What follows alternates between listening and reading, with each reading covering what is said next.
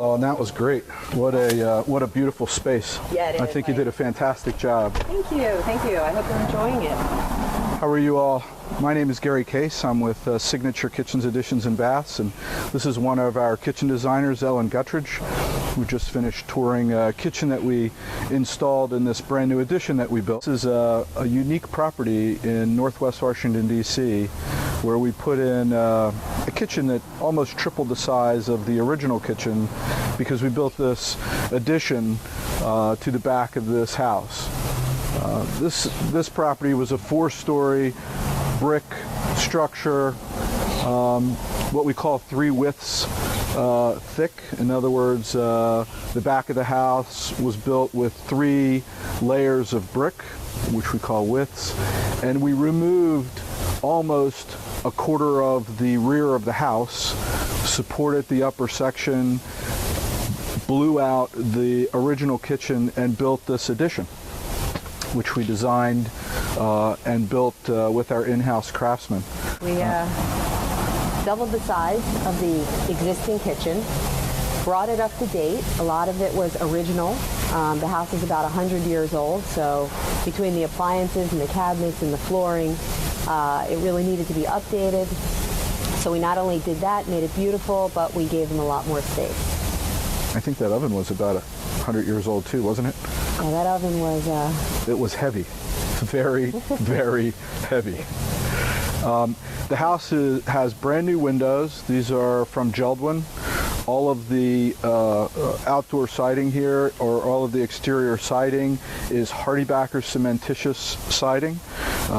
Will last a very long time, and it's, properly compatible with the masonry brickwork versus, say, vinyl siding, which really isn't that compatible with brickwork and is frowned upon by, say, any historic review that you might have. But with the Hardybacker, we're dealing with a cementitious product, and because masonry is essentially a cementitious product, most of your historic entities in both Maryland, D.C., and Virginia find this to be quite acceptable. We also built this beautiful patio.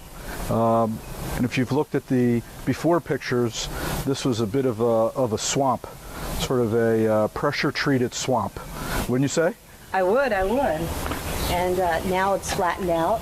They can have people over, entertain, sit outside, relax. So they get the benefit of the indoor space as well as the outdoor space. Mm-hmm. Mm-hmm. And this is all flagstone in what we call dust, which is essentially stone that's been ground up in so finely that we can call it dust, and that's what holds it all together. Bluestone and dust. Looks good. Yeah, I thought it turned out pretty good. Mm-hmm. Mm-hmm. Nice path to the hot tub. All right. So fantastic, absolutely great. Yeah. I think that's one of the best projects we've done. I agree. One of the best kitchens. You did a great job. Thank you. So we built this addition, as I was saying, on this house. It was probably built around 1910, 1920. And as I said, it's a 3-width brick house. So a lot of DC properties have no interior wall. They're just basically 3 widths or 4 widths of masonry, and all the joists are just pocketed into the brickwork. So it makes it a little bit more complicated to add an addition. But we've become quite good at this.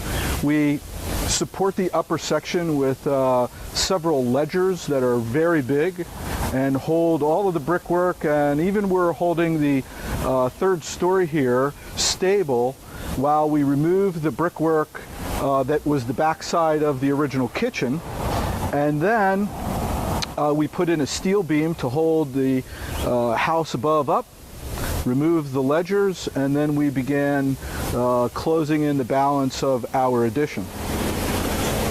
Do you remember how dramatic that was when the... That was huge. It was. Yeah. I think that the addition, the outside, it came out great as well, and you're right, in keeping with the house. But you can't even imagine how much extra space it gives you on the inside. It is pretty dramatic. It's about 3 times its original space. The total cost to do this type of project is pretty reasonable. At the end of the day, we let the kitchen developed the size of the addition. So we've got an addition that just is the perfect sort of glove around the perfect kitchen. And the net result is that the cost of the kitchen plus the cost of the addition all came in at about $175,000. So, and you could say they're not quite evenly divided. The addition might have been in the neighborhood of $80,000, $85,000, and the kitchen in the neighborhood of $65,000 to $75,000. When you say that's about the way you would divide it up, I think so. you know. Yeah. The other thing that's kind of interesting is that we had to contend with a very unique roof line. The house itself has a very high pitch, and then you've got a 312 pitch on the upper dormers. So we duplicated the 312 pitch for the upper dormers for the addition because we wanted to maintain our windows on the third level.